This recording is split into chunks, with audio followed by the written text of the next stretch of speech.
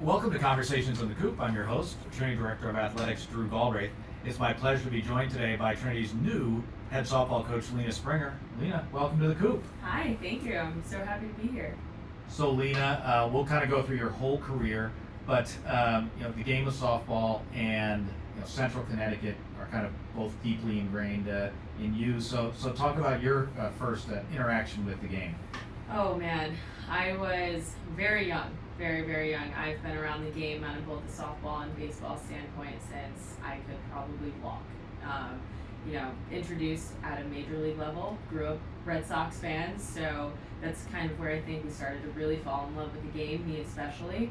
But I was the younger sibling. I'm the youngest of three that wanted to do everything my siblings did, and especially my sister, and tried to do everything she did but better type of deal. So really got into softball when she started playing travel softball around 8 or 9, her age, and I was about 6, and never looked back. So when you've got older siblings and they're playing sports, and was it kind of in your house, was it every sport, just depends on the season, or was it really baseball, softball centric? No, we had a very diverse background. It was every sport. We actually, all gymnasts, I was put in gymnastics at 18 months old. Softball was a springtime thing, summer thing, soccer in the fall, gymnastics kind of year round. But it really wasn't until high school where softball became the sport. So as you're growing up and you attended schools throughout the greater Hartford community, grew up in New Britain, and so and your parents still live there. So talk about just kind of growing up in Connecticut, at a time when all the New England pro teams are having all this success, and kind of how that really started to shape your sports life. Yeah, so I think it was more the competitiveness within our household that shaped my sports life and everything that we love. My grandfather came over from Panama to go to Central Connecticut State University, played baseball there, and so the competitive nature and the environment within the household was always there. We were just fortunate to have all the sports around us to enhance that. And so, like I mentioned, Red Sox fans, going to those games all the time, Patriots fans, Giants fans, just being heavily involved in the professional aspect of sports, but really involved in what was going on in our town. Grew up playing soccer all throughout New Britain. Ultimately veered off once we went to high school. We did not go to high school in New Britain, but veered off, had a diverse background, playing everything, being involved in our community. But what was really unique was the amount of sports in Connecticut that we opened our eyes to. And, I was a snowboarder, a skier. I've played lacrosse. I've involved myself, never played, but involved myself in learning the game of field hockey. Those are things elsewhere you're probably not going to get that experience to do so. So we were very fortunate being here to have the opportunity to be open to all of these different sports, all different backgrounds. Not many kids know how to ski, snowboard, wakeboard, water ski, play softball, basketball. The list is endless. And being here was just a great place to grow up and be a part of a competitive environment in all aspects of our lives. So both your parents were college athletes, right? Yes. Both at UConn. Yes. And so at what point in your household, and I understand it might have been 3 or older siblings, did it kind of become this like, wow, I might have the chance to play this at a higher level, and how much of that was kind of your own drive versus parents' influence, and how that all shook out? I have a very unique set of parents. Yes, both college athletes, both highly competitive, older siblings, same thing. But college athletics was never the intention for us. It was never, you're going to do this because you're going to go to college to do it. It was always, I want to open the door for opportunities for my kids, and I'm going to provide them with as many of those opportunities as I can. It just so happened we're pretty good at some of those sports. And so, when I went through the recruiting process in 9th grade, I committed to go to University of Central Florida at 15, which is young, very, very young. Would not recommend anyone do that at this time, but, when you're that young, I had no idea where I wanted to go to school. I just wanted to play ball, and I wanted to play at a high level, and my parents were very supportive of that. My dad, I'll go backtrack a little bit, when I was 7 and wanted to play travel softball, my dad had said, okay, we'll do this, but the moment you stop having fun, we're going to stop. Right. I haven't stopped having fun. So it's always been a supportive environment if this is what you want and it's what you love, we're going to continue to do it, but we're not going to do anything that you don't have your heart set on. Of course, it became extremely competitive at that point, and I realized, okay, I do have a shot to play in college and play at a high level and compete with some of the best. But I never got that from my parents. It was never forced on me, or the intention of it. It was, you're going to go be a good person, you're going to be a good teammate, and you're going to try your best. The moment I see those three things not happening, we're going to have a conversation and move on from there.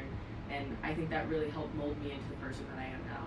Did you have to have a lot of those conversations, whether it was in high school or before you got there? No, I don't think so. My parents don't remember any. My parents might correct me on that, but it was you're going to compete, but you're going to be respectful, and not just to your coaches and your teammates, but to the game, and understand that this is a privilege and an opportunity that you have, and don't take it for granted. And that was instilled in us at a very, very young age. So I like to think I never had to have those conversations, but I'm sure they happened once or twice at some point. But no, it was a great environment to be in, and I'm definitely blessed and grateful for it.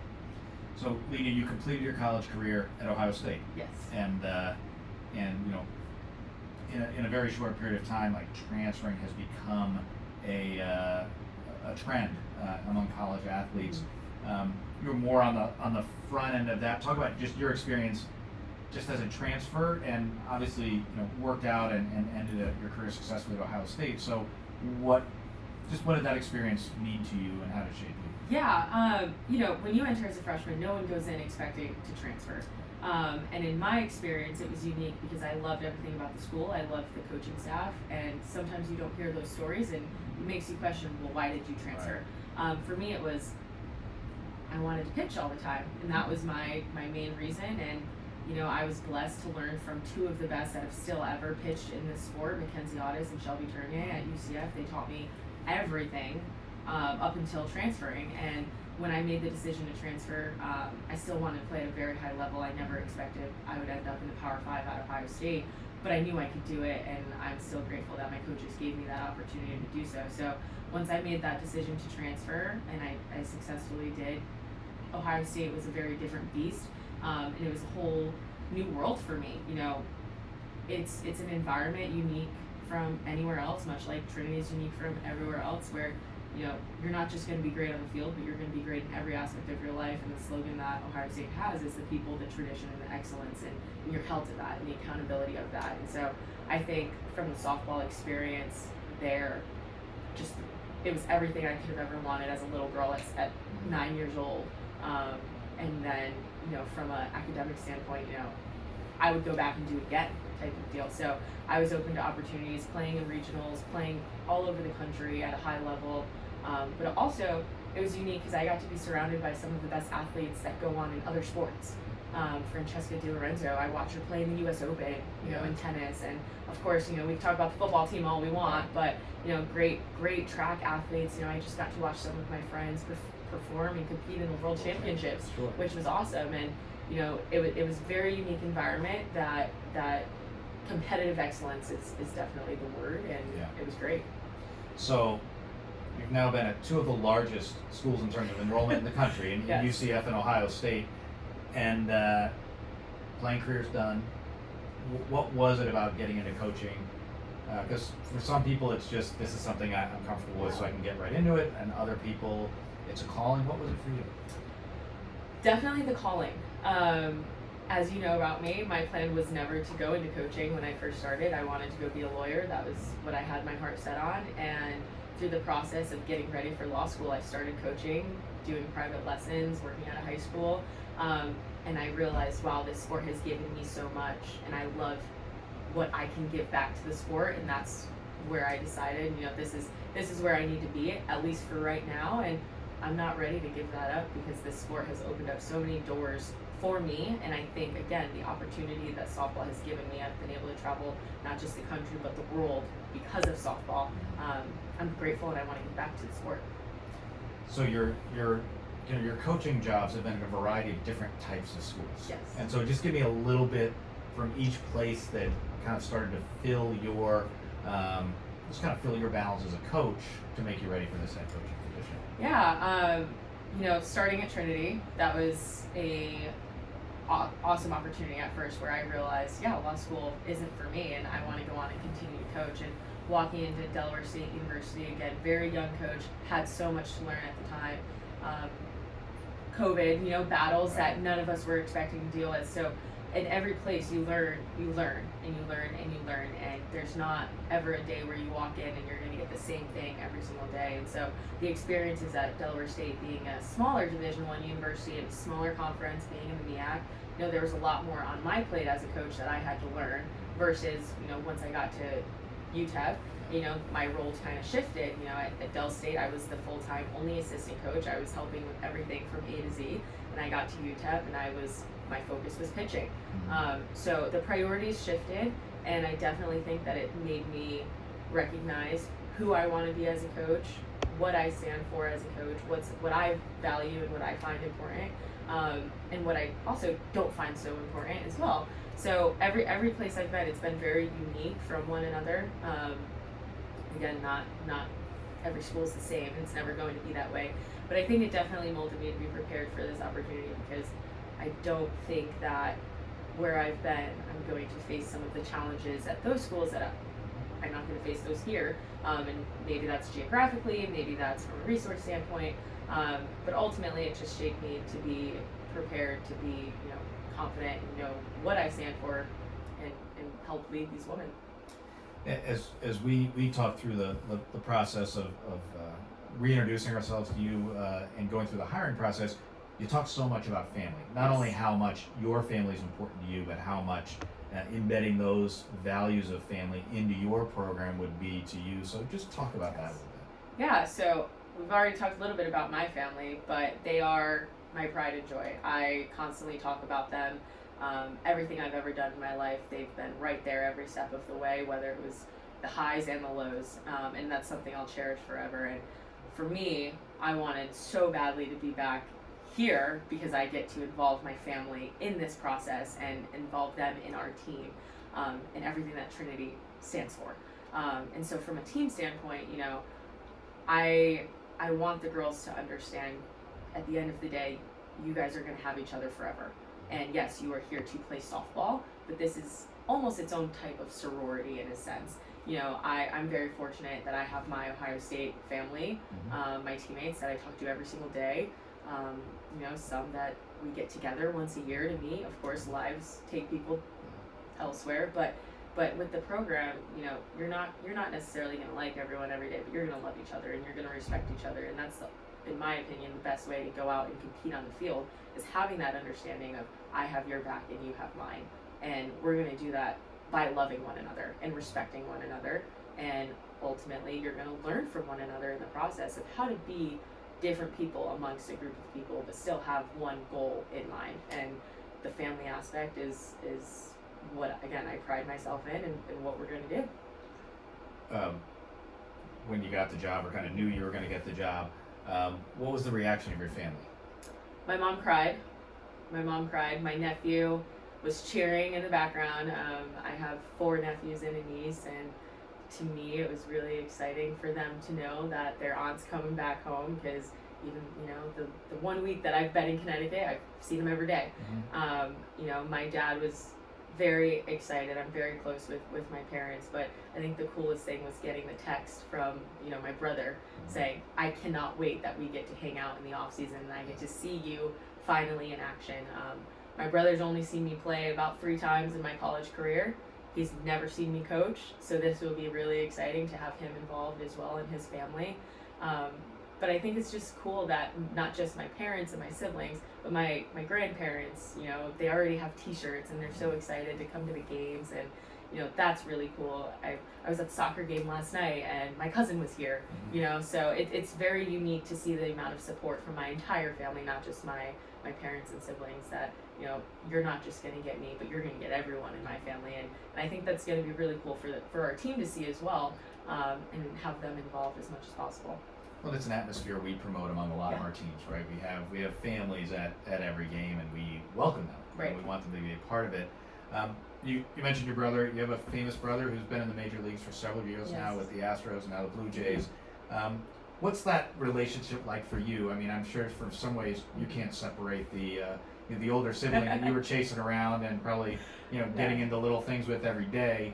Yeah. But then that's really cool for you. You're effectively kind of in the same sports, Yeah. him in baseball, you in softball. And so how much do you talk shop? How much do you talk about things that might help you develop as a coach and him as a player? Yeah, I am about 6 years younger than George.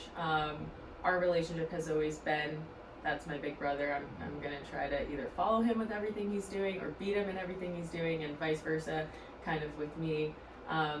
Our relationship has been unique through this process of him in the big leagues because, I'm not calling you to talk baseball. I'm calling you because you're my big brother, and I'm gonna talk to you about what you did last night in the game. But really, we don't talk much about shop. We just want that family relationship. But he's amazing when I do need to, and provides me a lot of insight on even his experience when he was in college and now in the big leagues. And sometimes older doesn't mean wiser, but in a lot of cases it does when I have someone at my fingertips that I can call and talk about things with. And from a supportive standpoint, he's the big brother. What do you need? How can I help? Fortunate that I have a resource like that in my situation to have that. But he just wants to see not just me happy, but see the teams I'm a part of succeed, and he's always willing to talk to the team and help in any way that he can. And you can gain a lot of knowledge from someone that's been in the big leagues for 10 years. Yeah. So he's excited to get the opportunity, and I know actually some of the girls already, is your brother gonna come talk to us? I'm like, well, let the season end, girls. Let it end, and then we'll get going on that. But it's unique, and people say all the time, or they ask me, oh, it must be so cool, and to me it's just my big brother. Right. It's weird. I would say it's weird when we're in the stadium and I see Springer all over the place, and I'm like, what's going on here? And I still haven't gotten used to it, and it's been 10 years. I walk into a restaurant and people recognize my parents, and I'm like, just trying to eat dinner. But it's cool at the same time, and it's not always going to be like that. So embracing those small moments is pretty cool. And I will selfishly say I can't wait for him to be done playing, because I'm ready to have my brother home full time, but we got to enjoy it while it's still here. Yeah. So as turning our focus to the team, yes. And you're getting introduced to them, you're getting to meet all the team members. It's a challenging time to start in September, right? So you didn't recruit any of these players, and yet they've now started classes, and we're going to head into a development segment here shortly. How do you kind of prioritize the most important things right away, and then boiling down into the softball stuff? So what are the priorities on your list in terms of the team? Well, right now, character and relationship development. They don't know me, I don't know them, and first and foremost, we've got to make sure that we have a relationship going into this. It's very new for me, but it's also very new for them. I'm coming in with a whole different philosophy than what they probably are used to. They may have heard it before, but it's new again. And so right now I really want to focus on the character building and making sure that our team is a tight-knit team. The softball will take care of itself, but right now we need stability and consistency and understanding one another, and the only way that we're going to get to do that is through conversations. And so first thing I've started doing is already stop by the office, come meet me. We gave away first day of school little goodie bags yesterday, which I hope they all loved, but helping them understand that I'm here for you. I'm here to be your coach. Most importantly, a resource for you as well. And I hope that in this process of the fall segment that they can get to know me on a better basis, and we can really make sure that going into not just the end of our fall segment, but the beginning of the spring, knowing one another the best that we can. We've talked about this. You're a pitcher, so obviously pitching is important to you in the game. And we know how far a strong pitcher or two can take you in the game of softball. What else? What can Trinity fans see from your teams offensively, or what do you envision them seeing from your teams eventually offensively? I just want to see production. I'm not the person that I want home runs, I want the big hits, but I want to see production. I want to see how we're doing offensively when we have runners on, understanding base running. There's so many times where base running can be the issue. Throwing us out of innings where you're on second base. What are you doing? We need you to be aware. So building the knowledge and understanding the game from an offensive standpoint, when to do what is going to be really important, but most of all, consistent productivity. And again, it doesn't have to be a home run, but put the ball in play, make something happen. And from a statistical standpoint, I just want to see us consistent from 1 through 9, and that's a very dangerous lineup when anyone in your lineup can get the job done. But it starts with understanding one another, being there for one another. You're more than likely to be more productive in the 9-hole if you understand your role in the 9-hole. Your 9-hole is just as important as your 1-hole.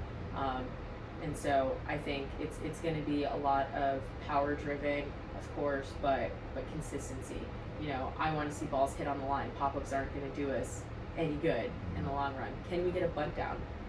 I need my 4-hitter to be able to bunt, type of deal. So we're going to focus on the small things. The small things are what going to translate into the bigger things. And if we can take care of the small things every time, we'll be all right. So I know you were coaching on turf the last few years. We have a brand new turf field here at Trinity. Does that change any of your either offensive or defensive philosophies, just because it's always true it's a little faster, and for years softball was a game of bunting, moving the runners around, slap hitters where the surface did matter. Is it less so now with turf, or do you feel like it's the same principles and it's just different ways of executing? Yeah, I think it's the same principles, different ways of executing, like you said. The ball's going to play faster, so from a defensive standpoint, our infield has to be ready and our outfield has to be able to read the gaps and read the ball. You're going to get true hops. You're not going to get the one hopper that's all of a sudden into your chest for no reason. You're going to get a true hop. So I think it's going to be, we're going to train on this field all year. But what are we going to do now when we step on dirt? And that's going to be the transition that I think I'm most concerned about, is how are we going to be able to transition from a field surface now that's going to give us the true hops, going to play faster, now onto a dirt field with real grass that the game's going to be slightly different. So, we have to understand our field, and I think we're going to do just fine doing that. But we're still going to have to be versatile in other aspects of the game. And now roughly half the league will be playing on turf as of this fall. So we're kind of getting to that split, like you said, like surface is going to come into play probably more and more for some of those turf teams. So just, spend a few seconds, obviously recruiting is so critically important to any team's success. And in your first few weeks, as you've spoken to recruits, and you're learning the pitch, right? But what's your pitch right now? Like what's the thing you look in a recruit's eyes and say right now that you feel like is resonating? I think the biggest thing is, are you ready and prepared to compete? Are you willing to compete? If the answer is no, this probably is not going to be the best place for you, because I am such a competitive person and I'm going to put people on the field that want to compete. Not just on the field as well, but in the classroom. Knowing Trinity and the academic standards that are here, you have to be ready for that, and you have to be able to handle it in high school right now before you step foot, before you get here. But I think it's an important note when I'm speaking with recruits right now, for them to understand that, what was Trinity for the last year, 2, 3, 4 years, that's not what we're going to do here. We're going to change things up, and are you willing to adapt to what we're doing? And we're very fortunate, even though it is September, we're still very fortunate to have conversations right now with the 2024s that are interested in Trinity. And we're excited. We've had a few phone calls this week. We have a couple next week with some kids that want to be a part of a culture that they're going to get challenged and they're going to be pushed, but ultimately they're going to have an opportunity to win down the road. And that's the most important thing to me right now, is, are you willing to do what it takes to win? So as you have those conversations, are you seeing, and you've been recruiting for the last several years, so you have the chance to see this, softball seems to be pretty ubiquitous now. There was probably a stretch maybe 10 years ago, maybe even longer, where, gosh, we're really going to look in California, Texas, maybe a little bit Illinois. Now it really feels like there are teams and travel teams everywhere that are highly competitive, really skilled players who are playing year round and getting the extra pitching coaching, getting the extra hitting coaching. So is it really just a matter of finding the needles in the proverbial haystack now? It is, because it's more of a culture standpoint. I don't want to say we have access to talent at our fingertips, but with the amount of teams, like you mentioned, that have grown over the years, we can look in our backyard, or we can go all the way out to California. And I think the most important thing is finding the kid that wants to be at Trinity, and the culture fits for them. So, I'm excited to be able to get out there and see the talent that we have in our backyard. I think it's important to try to keep some of those kids home, But I'm also excited to expand throughout the country because there's a lot of kids in the southern part of this country, out west, Midwest, that haven't been given the opportunity, that want the opportunity, and are ready to be at this level. So we just have to find them. You know, much like any sport, you just got to find them. There's hundreds of kids out there that want the opportunity to play college softball, but it's going to be a matter of the fit. So what about off the field? So away from your coaching life, what are the things that fill up your cup outside of your coaching life? My family. Well, ultimately my family. But I'm really big into fitness, so I spend a lot of my time either working out or challenging myself in things. I actually was planning on running the Hartford Half Marathon this year. I'm no longer doing that, but that was the plan. But you know, I like to involve myself in things that are going to challenge me outside of the sport, or outside of my job rather. Big hiker, and I'm so excited to be back in Connecticut and get that opportunity to do all of that. But food junkie, so I will be chasing around some food trucks in the area because haven't had much seafood lately, so I'm excited about that. But you know, I think the biggest thing for me is getting opportunity to spend quality time with people, and getting the opportunity to do that with my family and friends that I haven't seen in a very long time, but really my family. You know, every time I've come home, my grandparents are a little older, my parents are a little older, and now I get to sit and go watch my nephew play football. So for me, it's all about my family, and I spend more time with them than I do anyone else. Lena, we're so excited to have you at Trinity and look forward to seeing the team not only practicing this fall, but certainly playing games next spring. Yeah, I can't wait. Happy to be here. That'll do it for this conversation in the Coop. For all the latest Trinity news, scores, and schedules, go to BantamSports.com. Until next time.